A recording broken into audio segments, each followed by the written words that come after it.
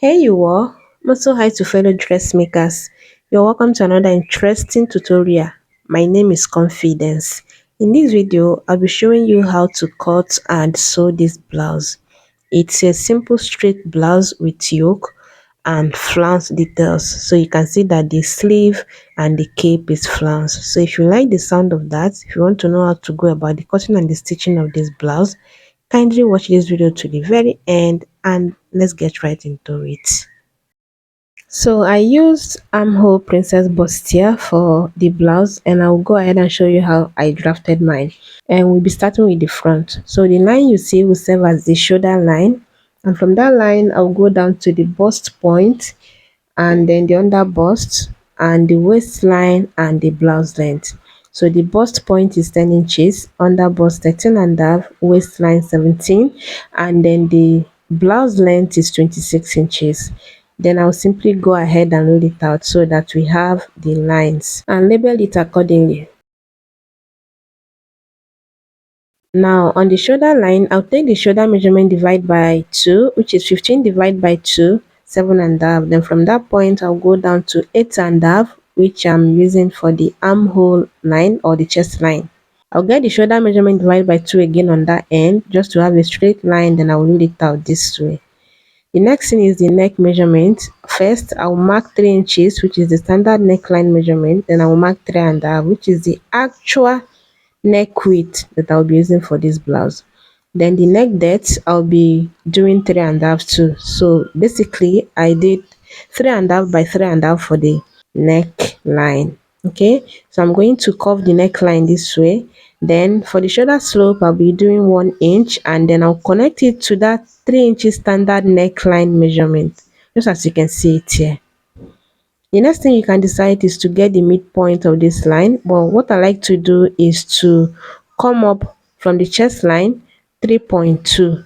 I will mark it, that's 3.25. Then on that end, I'll be going in by 0.75. Then I'll slant it to the shoulder tip, just as you can see me do it here. And the next thing I'll do is to get the bust measurement divided by 4. The bust measurement divided by 4, I'll mark it here. Then I'm going to use this part of this pattern master to curve the armhole, just as you can see me do it here.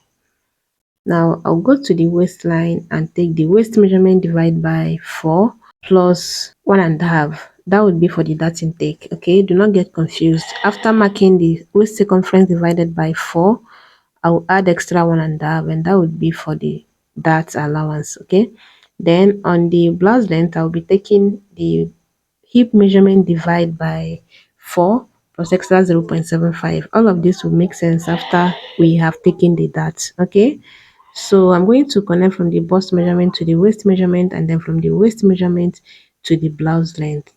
Next, I'll take the bust pan measurement. I'll mark it on the bust point line. Then I'll go down to the blouse length and mark the same thing. Then I'll roll it out to have a straight line. And that's where we'll be taking the dart. I'll come to the waistline on both sides of this new line. I'll mark 0.75, which is the 1 and a half I added as the dart allowance on the waistline. Then on the blouse length, I'll be doing 0.375 on both sides. Okay, and that's the 0.75 we added to the hip measurement we marked on the blouse length. Okay, I'll connect it this way. So for this kind of that, the thing is, if you're making this for someone who has a flat tummy, take whatever that intake you have on the waist all the way down. But for the person I'm working with, I need to create some ease for her lower tummy and then at the same time eliminate any form of bulge on that end, and that's why I did that this way. Now for the under bust tightening, I'll be doing 0.75 going to the center and then 1.2 going to the side. Then I'm going to use my curve to curve it just the same way you can see me do it and extend the dart legs from the under bust to the waistline just like this. Now for the bust darts, I'll be coming down 1 and a half from the bust point line and then slant it to the bust point just as you can see me do it here. Now the next thing I'll do is to come to the shoulder slope and get the midpoint. I'll mark it and then connect it straight to the existing dart line on the bust point. Now on this new line, I'll go in by 1 inch okay, 1 inch from this new line. Then I'll come to the shoulder tip and replace that 1 inch. I'll mark the same 1 inch. Then I'll come down by 1 inch, which I used earlier for the shoulder slope. Remember that, right? Now I'm going to connect from that 1 inch to the bust point, just like this. Yeah. Then I'm going to reconnect the shoulder slope, just the same way you can see me do it. Then from this line now, this point now, I'm going to connect it to the 3.25 I came up from the chest line. Remember that, right? And then use this part of the curve to curve the armhole this way, because we no longer need the other armhole curve. Before cutting, I'll come up from this side 1.5 and curve it to the dart leg, just like this, and then I'll go ahead and cut off this front pattern to show you how to go about the cutting. Okay, now to close the bust dart, I'll slash this line all the way to the bust point this way. Then I'll come to the bust point. I'll first fold, just as you can see me do it here. I'll fold, then I'll place it on the bust point line this way and tape it down with my sellotape. Now I'll come to this shoulder and slash it. That's the shoulder line. I'll slash it all the way to the bust point and place it on the other 1 inch line. Okay, and then I use the water glue to hold it down. The next thing I will do now is to now blend in the shoulder slope line. You can see how distorted it looks. So I'm going to reconnect it this way or redraw it this way. Then I'll come to the side too. You can see how the line is looking. Then I'm going to blend it, make it straight from the bust measurement to the waist line, just like that. Now from the shoulder, I'll come down to where I want the yoke to sit. That's just how I want the yoke, and I'll be using 8.5. Okay, that's how, or that's where the yoke will be stopping. Then before connecting the yoke, I'll go ahead and curve the princess line, the armhole princess line. I'm going to connect it to that 3.25 I came up from the chest line, just like this. Then I'll blend in any sharp point on the bust point, just like this. Now I'm going to use the same curve. I'll place it this way and curve the yoke. Just yeah, give it the style line. I'm going for sweetheart. You can do round. I think that is what is on the thumbnail. Okay, but I choose to do sweetheart neckline. Then I'll label it yoke, and then I'll go ahead and cut the rest of the pattern. Just watch where and how I'll be cutting this out.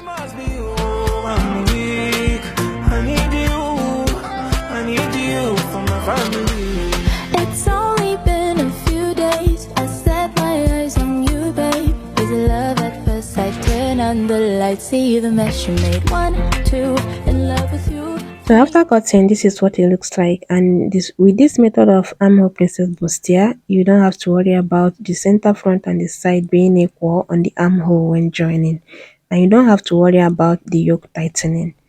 So now I'm gonna have to create a space for the back. I will start from the shoulder and go down to the half length, which is 1.5 lesser than what I use for the front. Then I will go down to the full length.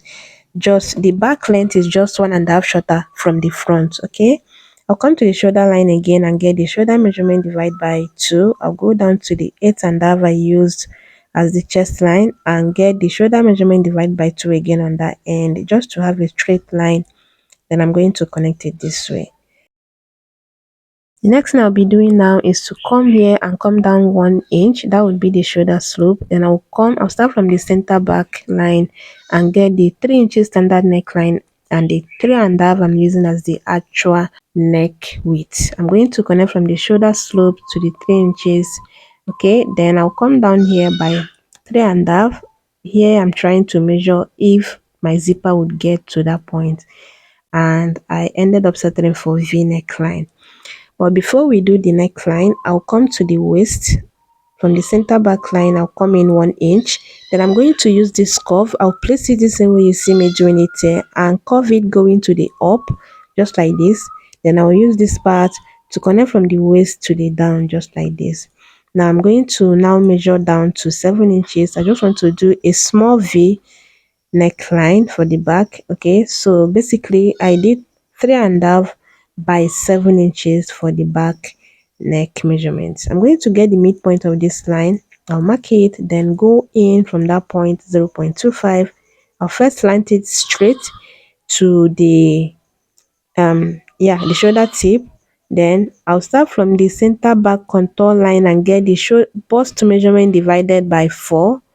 Okay, I'll mark it, then I'm going to curve from that point to the midpoint of the armhole line. Then I'll start again from the center back contour line and get the waist measurement divided by 4. I'll go to the blouse length and do the same thing, the hip measurement divided by 4. Then I'm going to connect the points just as you can see me do it here. Now I'll go ahead and add my zipper allowance. Following the center back contour line, I'll be adding 1 inch. Okay, 1 inch zipper allowance. If you usually use half inch, go ahead and add your half inch, but I do not go beyond 1 inch. Okay, so I'm going to place the curve again, just so I have the same thing I have on the center back contour line. I'm following that curve to get the zipper allowance. Okay, I would come to the side again and come up by 1.5 and curve it just like this, just so that point is not straight when we are done sewing. Then I'm going to just simply connect the yoke just like this. It's very simple. Go ahead and go down how low you want the yoke to be or how much you want the yoke to be. Okay, then I'll go ahead and cut out the pattern. Just watch how and where I would be cutting this out. I'm on the floor, come pick me up, oh, and tell me you know for sure. So after cutting, this is what it looks like. Then we'll go ahead and transfer the patterns to the fabric. And these are the fabrics I'll be using. I have my lace fabric and the plain fabric, which is doll face. So the lace is 1 yard and then the doll face is 3 yards. So you need 3 yards of the plain fabric and then 1 yard or more than, depending on the size you're working with. I'm going to fold the doll face, then I'm going to place the back pattern. Okay, making sure I have enough to give me my desired allowance for the side. I'll pin it down this way, then I'll go ahead and extend the lines that matters. That's the bust line, the waistline, and then the blouse length line. And then I'm doing 2 inches allowance on the side this way. After adding that, I'm going to add half inch on every other side except the center back line, which I already have my zipper allowance. Okay, there's no need adding further allowance on that point. Now I'm going to place the front pattern, fold the fabric again and place it this way, making sure I have enough room for the side allowance and the joining allowance that will be going to the mid in between the two patterns. Okay, so I'm going to extend the lines again, the bust line, the waistline, and then the blouse length, and add 2 inches on that end. Then every other part I'll be adding half inch stitching allowance or joining allowance, just as you can see me do it here. So after cutting this one, now I'm going to use it to cut out on the lace exactly what I have, the shape I have here. Now I'll cut it out on the lace, then I'll cut the line in two. I'll also be cutting interface for both the underlining and then the interlining. Okay, so after cutting this one, now I will go ahead and show you how to go about the flounce. So you will need 2 yards. I used 2 yards for the flounce, and what I basically did was to hold the two ends just like this. Then I'm going to fold it again, just fold it going this way, and making sure that whatever I have on the other end is what I will fold going to this side. I hope that is clear enough. Okay, now I have 4 folds, and the next thing I'll be doing is to get the midpoint of this fold. I'll first measure this way and mark the midpoint. Okay, and then I will measure this end too, from this end too, and whatever measurement I have, I'll divide it into 2, and that would be the midpoint, and I'm going to mark it. Another way you can do this is to fold it and iron to create that crease line, just to show you the midpoint. Now I'm going to follow this line here, like the midpoint lines, and mark 1 inch all around just like this. Just go ahead and mark 1 inch round this way. Then I'm going to start from one end and give it a curve, just curve it out just as you can see me do it here. Can you see? Now I'm going to start here, and then I'll be marking 3 inches. Following the curve I have, I'll be marking 3 inches. Just watch how I'm going to do it. Once you start the line, it's just going to be easy to follow it. Okay, I'll connect it this way. I'll connect the points or the dots this way, right? Then I'll continue marking the 3 inches. Please do not do 3 inches, do 4 inches. This was a total mistake on my end. So if you do 4 inches, by the time you're done joining and stitching, you will have 3 inches left. But these 3 inches that I did here, at the end of the day, I had 2 inches left, which affected how the flounce was supposed to come out. Okay, but it's okay. You're simply going to follow the same process. The only thing is that you will not do the 3 inches I'm doing here, you will do 4 inches instead. The height of the flounce is going to be 4 inches instead of 3 inches. You can even do more than four anyway, but do not do 3 inches. Okay, so I'm going to follow it, mark 3 inches all around this line this way. And my love go past the love you give me. If I follow your hand, I beg delete. But you won't believe if you don't believe me. Then when I can no longer get the 3 inches, I'll just stop there. Okay, now we are going to cut this out. I'll show you how to cut it out. You're going to start from one end of the line. Just start anywhere on the line. From the end of the fabric, you're going to cut through the line this way. Okay, It's only been a few days. I set my eyes on you, babe. Is it love at first sight? Turn on the lights, see the mesh you made. One, can you two. see what I did here? Now you are cutting the main flounce. I'm going to cut following the line I have here. I'm going to cut it until I get to the end of the line. Just watch how I'm doing this. 3, 4. I'm on the floor, come pick me up, oh, and tell me you know for sure. What you want believe if you know believe. So you should have something like this by the time you're done cutting, and I have 4 of these. The flounce is 4 pieces here now, which is 2 will be going for one sleeve and the other 2 will be going to the other sleeve, and that is it for the flounce. Okay, so after cutting and interfacing, these are all the pieces I came up with. This one is the side front. I have the 2 lace fabric, 2 pieces of the lace, 2 pieces of the underlining, and then 2 pieces of another lining, which we'll be using to turn it. Okay, then this one right here is the center front. I have the same thing, 1 pieces of lace, 1 pieces of underlining, and the other 1 piece for the interlining.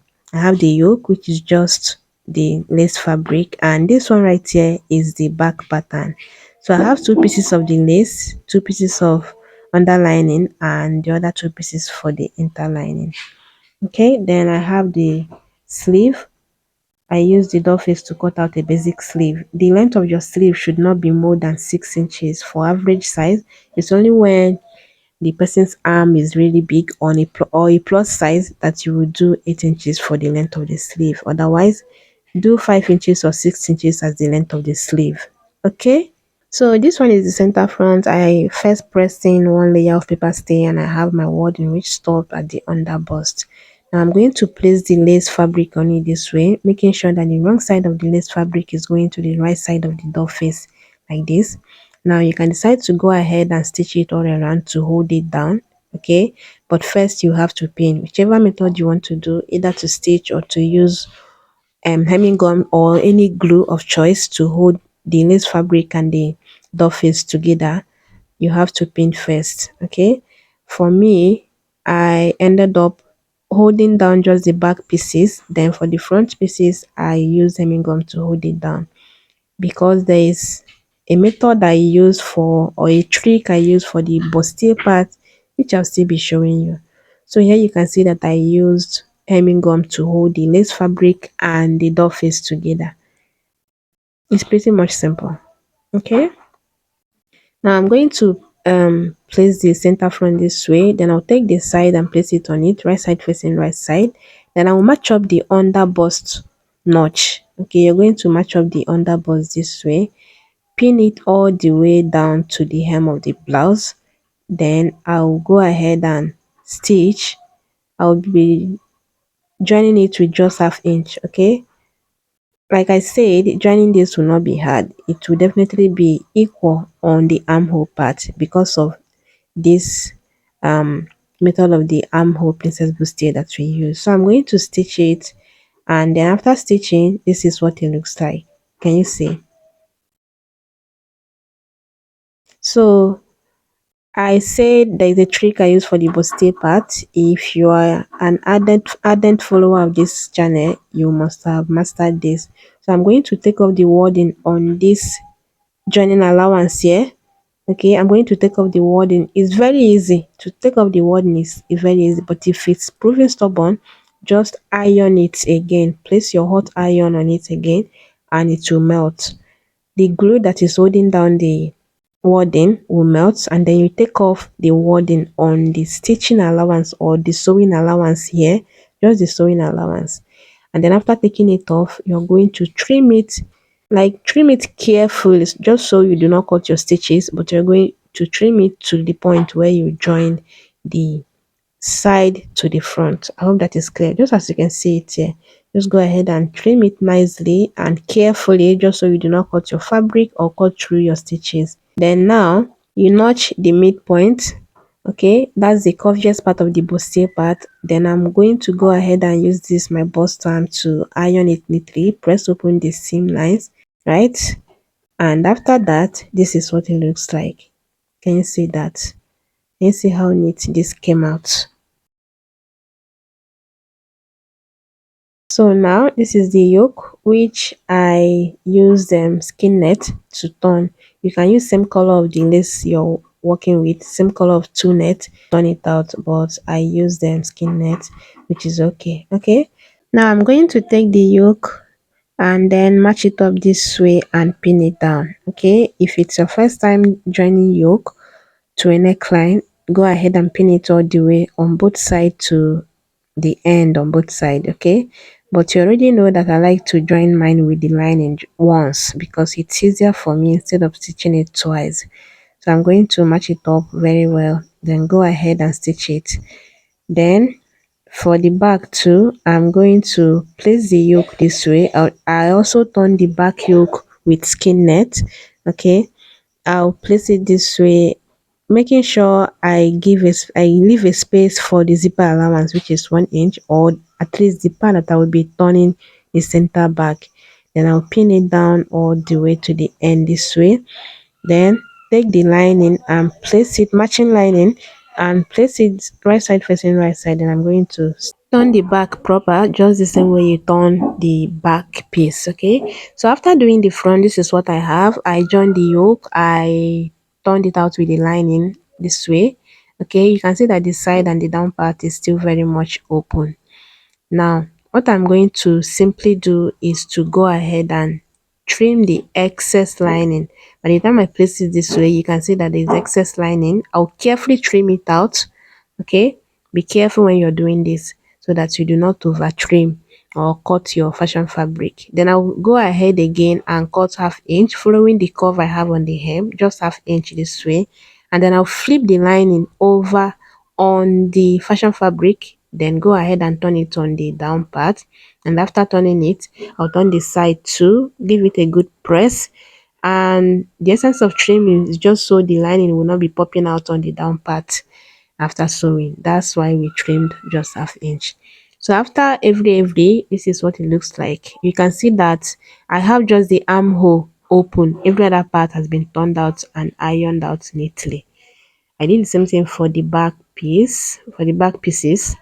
And now what I'll do now is to go ahead and fix my zipper on the center back with my zipper allowance, the added zipper allowance.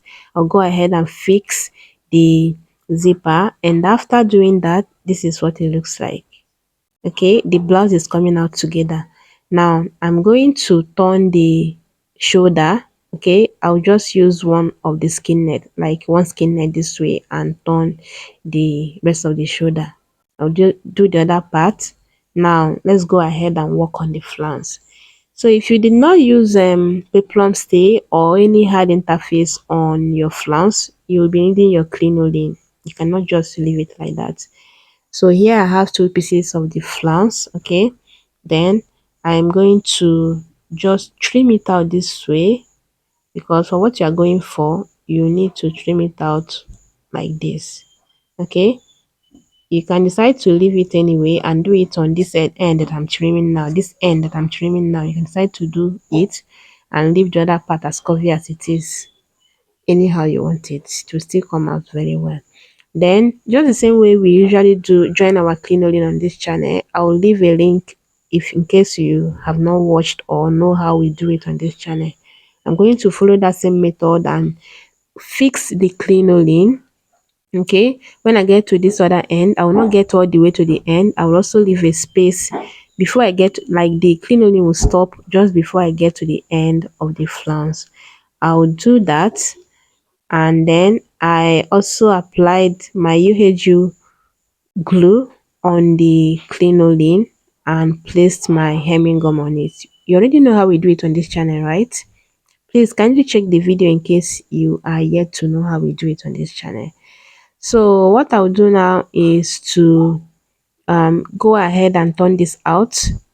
I do not have an overlocker or a serger, so if you have an overlocker machine, just go ahead and overlock the rough edges instead of turning it, like stitching it and turning. But I'm going to go through the stress of turning it, and I use this stick that you're seeing here to turn this out. I turn this out with the help of this stick. Like I said, you can just overlock this instead of stressing yourself turning this. Okay, but I had to do it just so it will not flare. This is doll face and it will flare if I just leave the rough edges like that. Okay, so what I'll do now is to go ahead and arrange it, pop out all the fabric that are inside on where you turned out. Okay, then I'll steam press just to make sure that the glue or the hemming gum glues or gums to the fabric. And after doing that, this is what it looks like. So if you use 4 inches as the height of your flounce, yours will definitely come out prettier than mine. But this is what I have and I will work with it. I also went ahead to create another flounce, but this one is shorter than this other longer one. Okay, the length of this one should just be from the center front of your blouse all the way to the end of the back armhole. Just measure it, whatever you have there, just use it to create a flounce here and add allowance for the pleats. It's very simple. I don't know how else to explain it. But if you can also see, you will see that I have join everywhere on this shorter flounce because of how I misused the fabric. Now you're going to take your sleeve and get the midpoint just the same way. I use my hot iron to create this crease. And what I basically did was to fold it into two and then fold it again this way and iron it out to create that crease, which will show me the line that I want to see or the line that I need. Now you're going to take your blouse this way and place it like you want to join it, just so you know which parts will be going to the front part in case you cannot already tell. Okay, go ahead and notch it just so you will not forget. Then I will be marking how or where I will be fixing the flounce. First, I'll mark it just straight like this. Okay, because this part will be going to the front armhole. Then I will start again, just follow that line and be marking it round just the same way we used to cut the flounce. Okay, I'm going to be marking it just the same way you can see me do it. I will mark it, just mark a flounce shape because we cut out flounce, right? And that's how you will be joining it. However you mark it will be how you will be joining it, and it should not be more than 1 inch space from, like, one line should not be 1 inch space from the other line. I don't know if you understand, but just go ahead and mark out a flounce shape this way. I will still be showing you another method you can do this in case you don't want to do this particular method, but I choose to do this one. Okay, so you should have something like this by the time you're done, and that's just how you'll be pleating the flounce we cut out on this line to form the sleeve. Okay, now I'm going to just fix the sleeve, then I'll come back to show you. So this is what it looks like after fixing the sleeve. Can you see? I already did the other part of the flounce. Now I will show you how I did that. You're going to take that shorter flounce that we cut out. okay, and then you're going to place it this way, right, and flip it. We want to join it in a way that we will not be seeing the rough edge, okay. You're going to place it this way, and then you're going to join with about 0.25, okay, about 0.25. You're going to stitch, and then the line we drew on the sleeve, right, you're going to just, when you get to the end of the armhole, like before the sleeve, you're going to start pleating, and then you're going to stitch this on your, like where you join the sleeve to the shoulder, right? That's where you'll be pleating. I like to do kiss pleats. Okay, so I'll just go ahead and be adding pleats. Then make sure I exhaust this fabric. It's going to stop on the end of the armhole. That's why I say you should measure it and add your pleating allowance to whatever you measured out. So after stitching that, this is what it looks like. Can you see how cute this is coming out? And I honestly wish I use same fabric as the lining, but it's okay. I'm going to take this other longer sleeve, and then I will be placing it under this one that I have joined, right? I'll be placing it this way. It's very simple, just like this. It's going to be like this. You do not need to join it the way we did the first one, okay. You don't have to do it this way, but if in case you want to, I mean, why not? But I mean, there's no need to do it that way. Since the other one will be covering it, you're simply going to place it this way, okay. I will be pinning it down just to hold it in place. Now you're going to just hold it, like join it straight, and then you're going to start from, there's a line there too that you will start, line on the sleeve that you will start. Okay, I will just use my chalk to highlight the line just so I see it clearly. Then it's going to go there. Once you get to the sleeve, you start pleating. And then one thing you should make sure is that the first one that we joined, it should not be like, the distance should not be too much. It should just be half inch at most distance from the other one. Then I'm going to follow the line that I have there and join it all around. But in case you don't want to do this round part, another way you can do it is to mark a zigzag shape or scallop shape, okay. You're going to just mark scallop lines or zigzag lines. You mark it, you give a space and mark it again. Mark it on the sleeve like that, and then you're going to follow the line or the zigzag line and join this flounce. It will still give you the same result, I promise you. Okay, so let's assume that you mark the scallop or the zigzag line. You're going to follow it and pleat. When you get to the end this way, you flip your flounce material. You flip your flounce and then follow the zigzag shape and go to the other end. You flip it again. Okay, just like that. In case you do not want to do this round shape that I did here, but I like to do this one, so I'm going to follow this shape and join. I pleat, making sure that I exhaust the flange that I have here to have something as this one I already did. And trust me, yours will come out neater because you use 4 inches instead of the 3 inches I used here. And with that, we've come to the end of this tutorial. Do let me know your thoughts in the comment section, and I'll see you on my next one. Be good. Bye.